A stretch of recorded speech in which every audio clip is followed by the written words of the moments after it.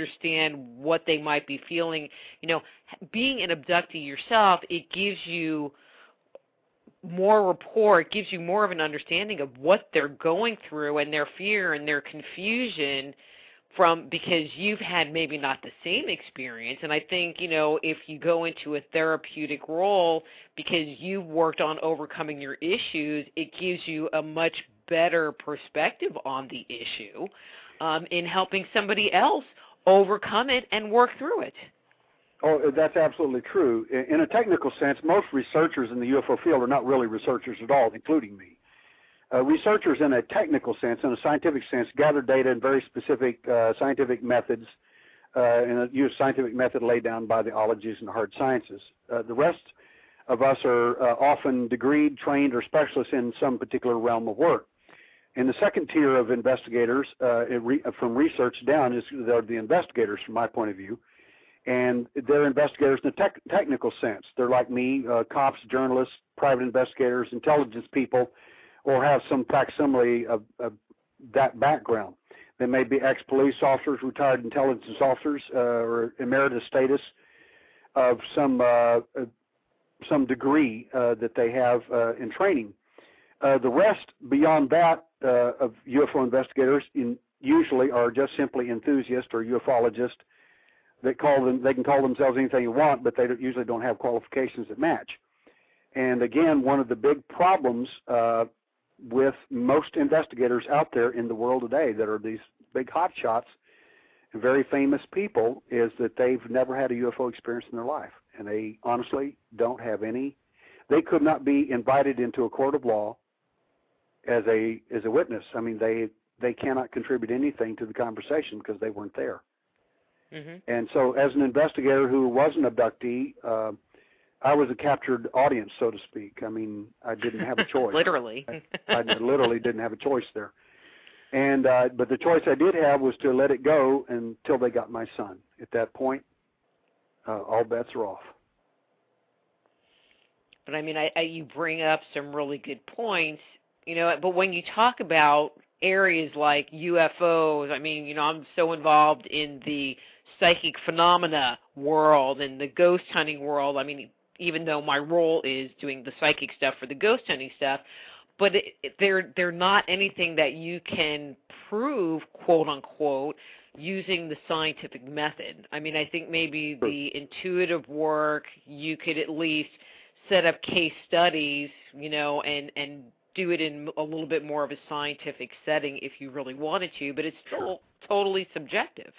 I mean, you know, you can't, well, other than that one guy who said that he could call UFOs to him, you know, no one's had the ability to will a UFO, or not that we know of, to them to do any kind of documentation on it. Well, I think the guy you're referring to is, he called himself Prophet Yahweh.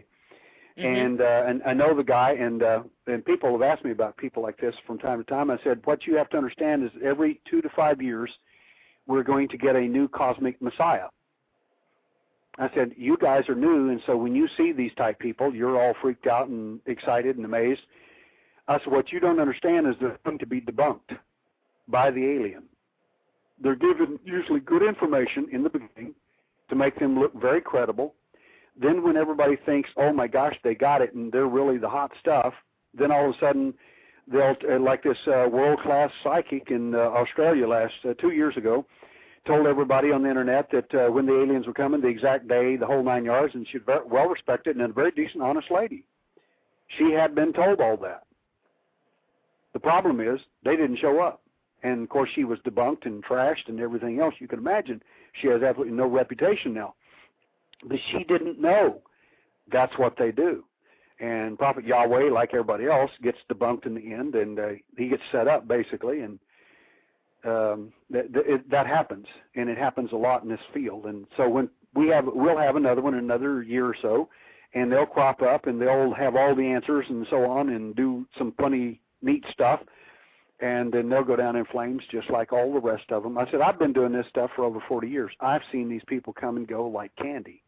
I mean, it's often this happens. But you guys just got here, and so you don't know. You just see this one event, and you said, wow, that's really hot stuff.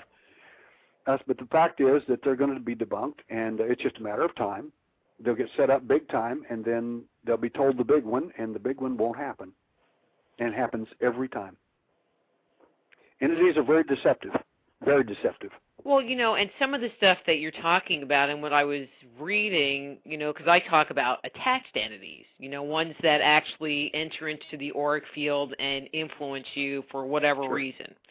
And it almost, it sounds like there's parallels, although what you tend to talk about are these entities that I'm going to say, they have a physical valence, and what I'm talking about is they have no physical valence, although, other than the etherical image that you're shown, although, now talking to you, what I was just thinking, if they could project thought that far and have that thought enter your auric field and then project an image of what's associated with that thought, that maybe would work too. That's true. One of the discussions that happen from time to time is people will say who review this stuff and they just don't have a good answer for it. So they have to use the available information that they have. So they say, well, these are demons. And my response is, that's not true. And I said, well, how do you know? And I said, well, the same way that you know, I guess, in one sense of the word. How is it? What convinces you that they're demons? They said, well, because they can go through walls, they can do this. That's, now, wait a minute. Let's go back to basic definitions here. What is a spirit, a demonic spirit? Well, it's a disembodied spirit. And I said, okay, I agree with that completely. I said, the problem is these guys have got bodies. I said, I've even got photographs of them. I even have autopsied pictures from a forensic pathologist. Stuff that you're not going to find anywhere on that internet.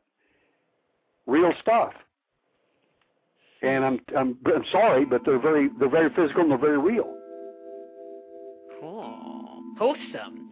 Anyway, we need to take another break. When we come back, let's get into that whole physical evidence area, because that's huge. I'm Dr. Rita Louise. This is Just Energy Radio. We're talking to Derrel Sims about his book, Alien Hunter, The Evidence in Light, but that and his other books are available at www.alienhunter.org, and we'll be right back.